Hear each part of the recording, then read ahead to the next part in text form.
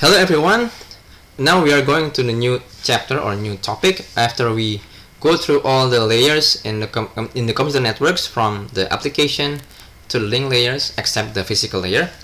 This new topic is called the wireless and mobile networks. This is outside of the discussion of the layers in the computer networks.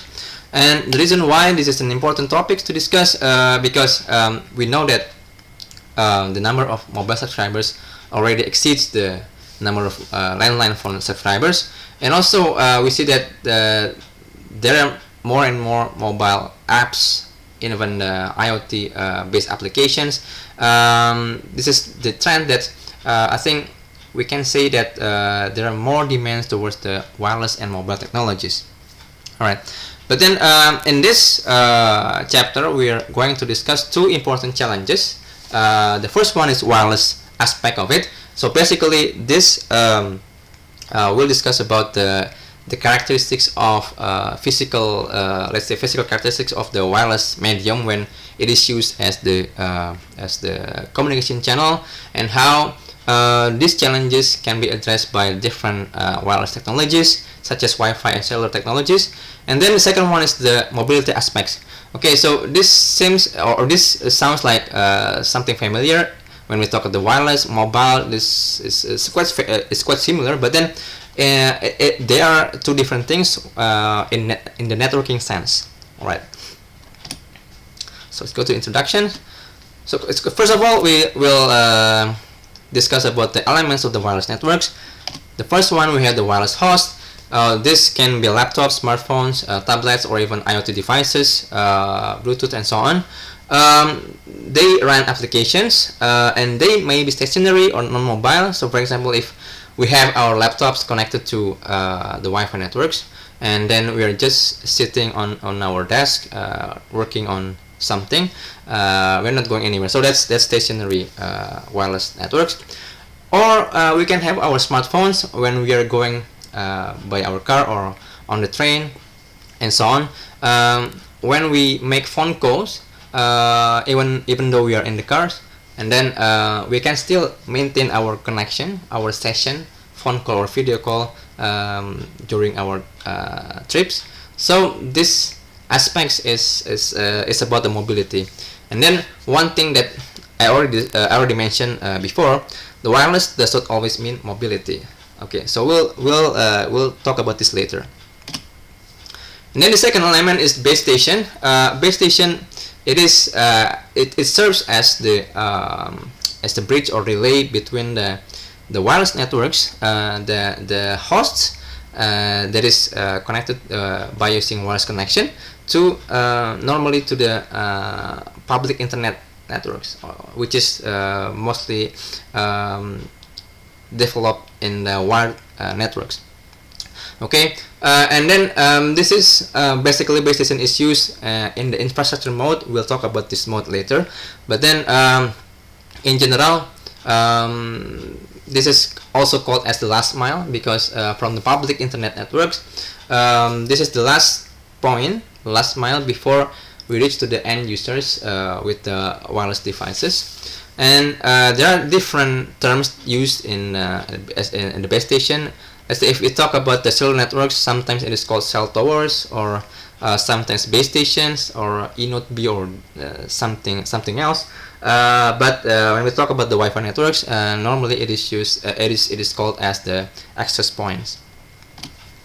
And then the third one, there is wireless link. So basically, this is the communication link between the normally, okay, and when we talk about the infrastructure mode, this is the communication link between the mobile terminal and the base station. All right. But then if we talk about the ad hoc mode, this is the communication between the mobile and mobile to mobile. Right. Okay. So also it can be used as a backbone link. Backbone link is normally it is called as the point to point. So when we talk about the Wi-Fi or the cellular networks, normally we have one base station and then we have multiple users, right? But then for the backbone or point to point, well, it is not that popular, but let me give you an example. Let's say in the early 2000s, when the internet is not penetrating very well to the rural area, there were some initiatives to bring the internet to the rural area with the cheapest technology, which is using the wireless access. Because if we have to roll out the cables, and this costs a lot, right, from the urban area to the rural area. But then we can use let's say one transceiver from the ISP in the city, and then this transceiver is using a directed antenna with the high gain directed towards another transceiver located at the let's say one village. So this wireless link between the transceiver in the city and the one in the village becomes the backbone link to bring the internet to the people in the village, right? Okay, again, as we already discussed in last chapter, there is multiple access protocol, and this is even more challenging when we talk about multiple access protocol in the wireless networks. And then another one, this is related to the physical characteristic of the wireless link. We can have various data rates, and that really depends on the distance between, let's say, from our mobile device towards the base stations. So normally when we go closer to the base station, we can have higher data rates, and vice versa when we go further away from the base station. Alright, so this is a table or a chart showing different wireless technologies, let's say in terms of data rates versus the range or the distance. Alright, so in general we have two main technologies. One is 802.11 families, which is popular as Wi-Fi, and then the second one is the cellular technologies. So as we know, this Wi-Fi is intended for the indoor use. So the distance is not that, let's say, it's not that high, it's not that far away, but then it can achieve higher throughput or data rate, right? And then let's say in the latest standards, it can achieve theoretical data rates of 1.3 giga bit per second, because it utilizes multiple antennas. Even the 802.11.n, it also utilizes multiple antenna, but then in the AC I think it has up to 8 multiple antennas. Alright, so to serve the long-range transmission, normally we use the mobile networks, or let's say cellular networks. We see that from the 2G second generation, 2.5 generation, third generation, we can see the evolution of the data rates. The first one, we cannot even have in 2G, we cannot even have the internet connection because very low data rates. Only 56 kilobit per second. It's the same as telephone landline.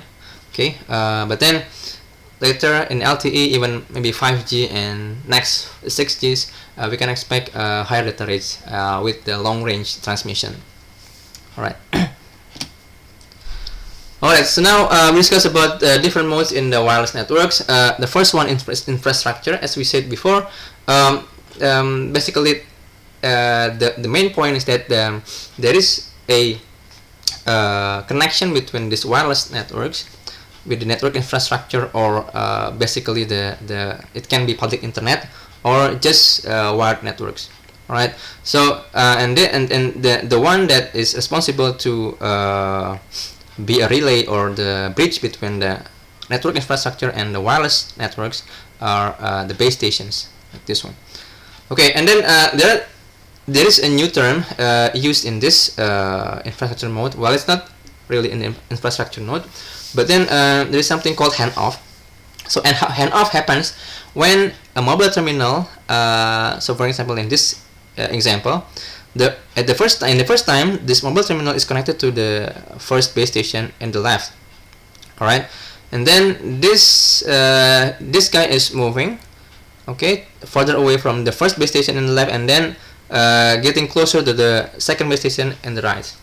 Okay, so basically it will the signal strength from the first base station will getting weaker and weaker, and eventually it will lose the connection, and then it is getting a stronger signal strength from the second base station. So in this case, to maintain the connectivity or to maintain the station, it will do the handoff from the first base station in the left towards the second base station in the right. So this is something really important in the mobile or cellular networks. And the second one is the ad hoc mode. So basically there is no base stations because there is no, let's say, connection between the wireless network with the infrastructure or the public internet basically. So we don't need the role of base station here. The nodes can only transmit to other nodes within the coverage. So basically this, let's say, and especially if one node, in this case the left most nodes, cannot reach the rightmost nodes, it can utilize the intermediate nodes by using the multi-hops routing.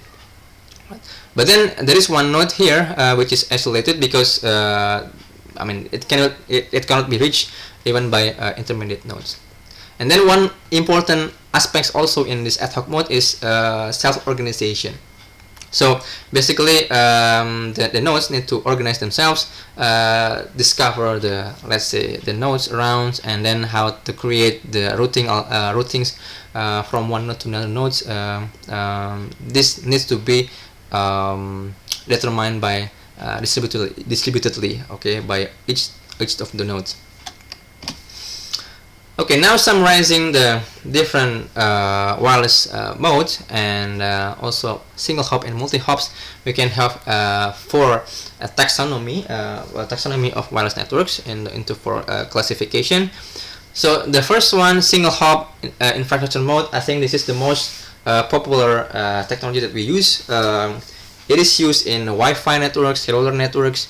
WiMAX, well, WiMAX is not that, I think it is not even in the market anymore. This was the competitor of LTE when the 4G was proposed, but it is not anymore. So it is utilized, okay, so basically there is only one hop from the mobile terminal to the base station, and then the base station will forward the rest of the information to the public internet. Alright.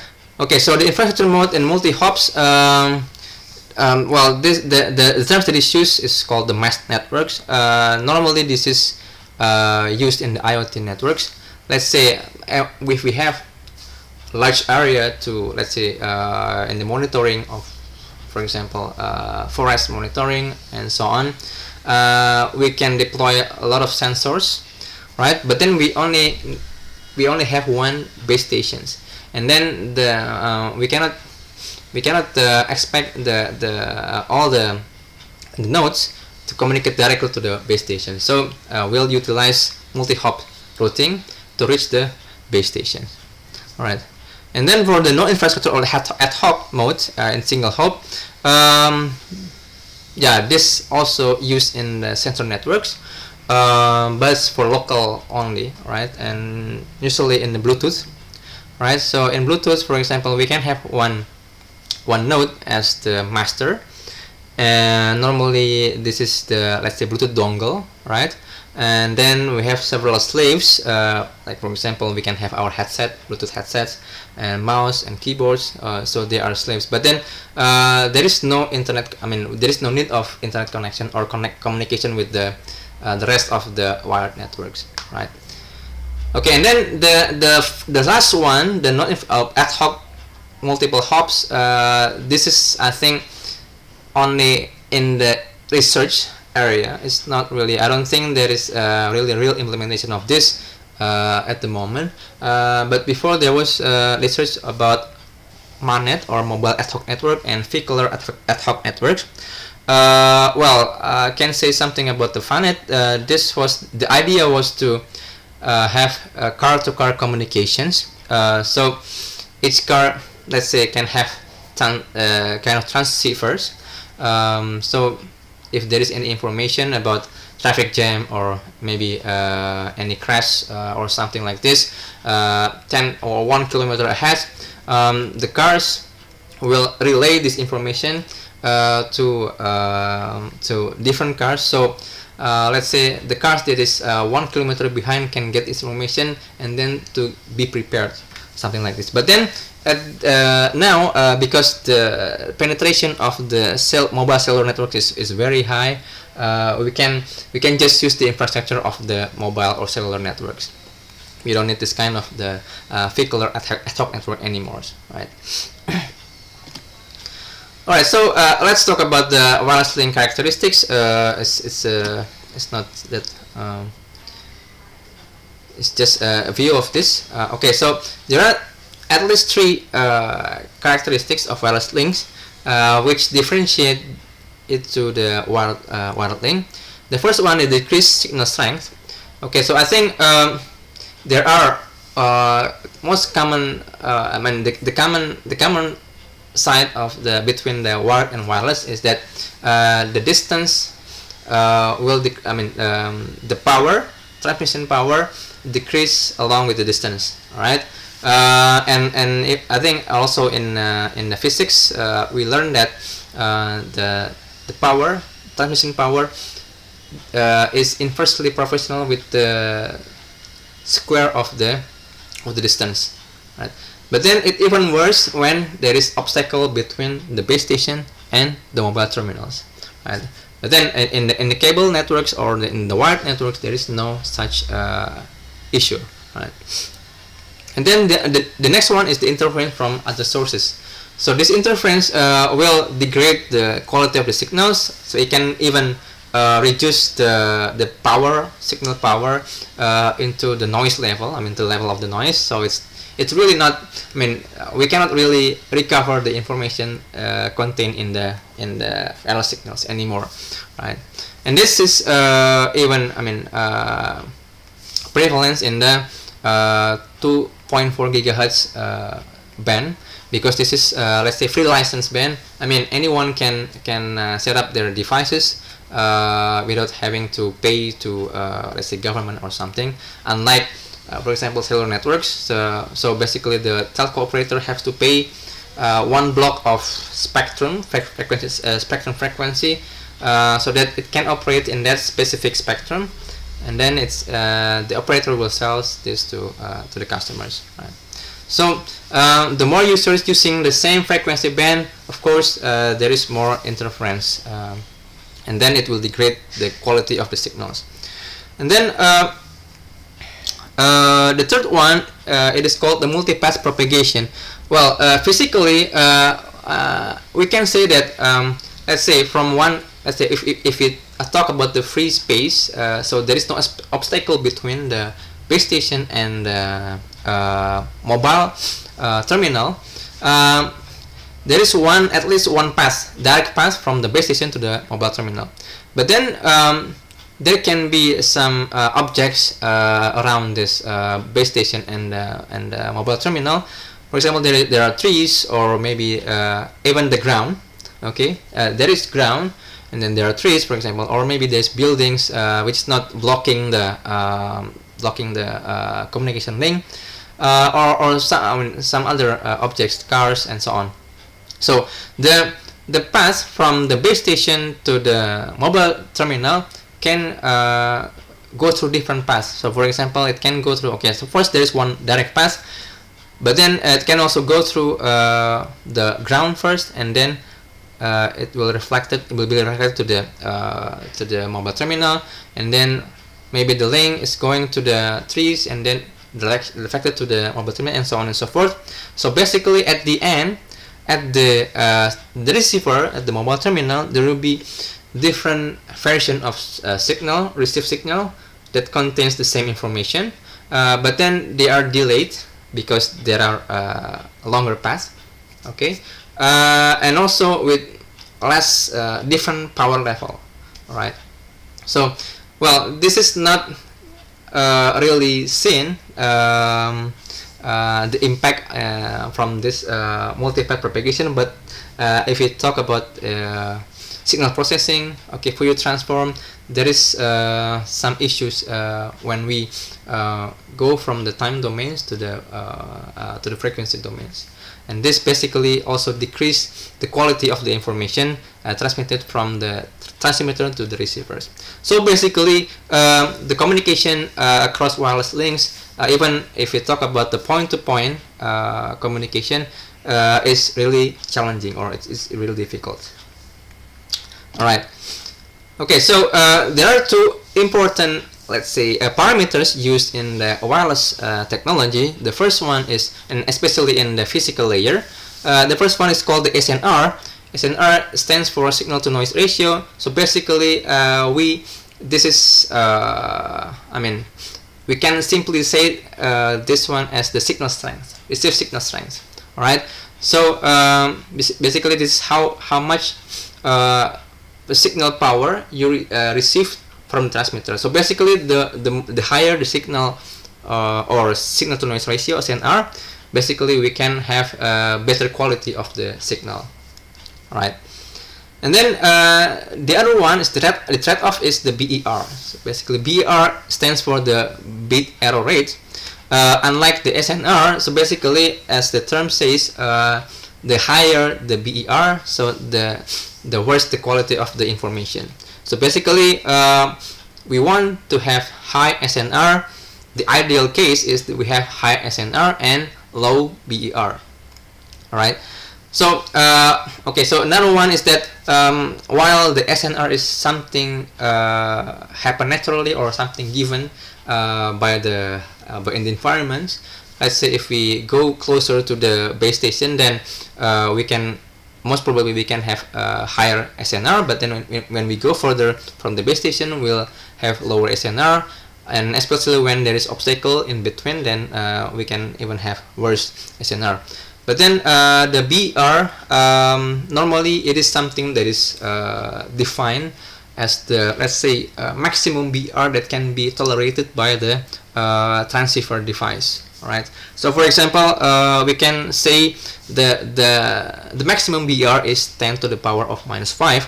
So if we receive signal with the worst BR, then the signal cannot be even let's say regenerated anymore. So we cannot really get the information in the right way. All right. So in this graph, there are three curves. These curves basically belongs to different modulation techniques. All right. So the blue color curves, it is for the BPSK. This stands for the bit binary phase shift keying. This is the lowest, let's say, lowest throughput, the modulation with the lowest throughput. So basically, what it means is that one symbol transmission contains only one bit. So basically, this can achieve only one. Lowest throughput, 1 Mbps. Well, it's not really 1 Mbps basically, but let's say to make it more. To make it easier to understand, let's say 1 Mbps, because there's one symbol, one bit in every symbol, right? But then the good thing is that although it has low SNR, but then it can get really high BR, right? And then the next one, the red dashed curves is QAM 16. So basically, in this modulation technique, it uses 16 symbols. Okay, there are 16 symbols, and each symbol contains 4 bits, right? So basically, it can achieve higher throughput by 4 times than the BPSK. But then the bit error rate is getting worse, because there are 16 symbols, and then we have to differentiate between if there is one error in one symbol. We cannot really differentiate whether this is the error, because it can be the symbol number 1, symbol number 2, number 3, and so on and so forth. Unlike this, the binary, the probability is only 2. Only half, right? Either it is 1 or 0. But then in the QAM, the probability is getting lower. And then the QRM 256, we can even achieve higher throughput. It has 256 symbols, and each symbol contains 8 bits. So basically, it is 8 times faster than the BPSK. But again, it is getting worse in the bit error rate, because now we have 256 symbols, and if there is one error, we have to guess whether it is error from the symbol number 1 to symbol number 256. So basically, what we can use these different modulation techniques to adapt to our situation. So for example, if we are receiving good SNR, then the highest SNR, then we can utilize this QAM. As long as, let's say for example, we receive 30 dB of SNR, and then this is still in the range of the acceptable or tolerable BER, so we can use the QAM, right? But then let's say if the SNR decreases to, let's say, 15 dB, then we have to go to the QAM 16, because we want to maintain the BR and the maximum BR of 10 to the power of -5, and so on and so forth. If, let's say, the BR is even decreased to, let's say, 5 dB, then we have to choose the lowest modulation level, BPSK. Alright, so that's about the SNR versus BR. And then the last one about the wireless characteristics is the so basically, this is, we'll discuss this in the multiple access protocols. So there are issues related to the well, this signal attenuation. I think we already discussed this. Okay, this decreased signal strength, and this is even become important when we talk about the multiple access technologies. So there is something called, due to this signal attenuation, there is a issue called the hidden terminal problems. So for example, so basically B is in the middle of between A and C. Okay, A can hear B, and C can also hear B, but then A and C cannot hear each other. All right. So the thing is, when A wants to send any data to B, when we talk about CSMA-CD or CSMA before, A has to sense the environment if is there any nodes going to transmit any packet to B. But then since A cannot hear the transmitting from C, when C is also transmitting to B, it will think that there is no transmission. Okay, and also it happens to C. C, when it wants to transmit to B, it sends the environment, and then since it cannot hear the activities from A, so if A is going to transmit to B, it will think that there is no other transmission other than itself. So there will be conditions when this hidden terminal problem occurs. So I think we'll stop for now. Let's see you again in the next video. Bye.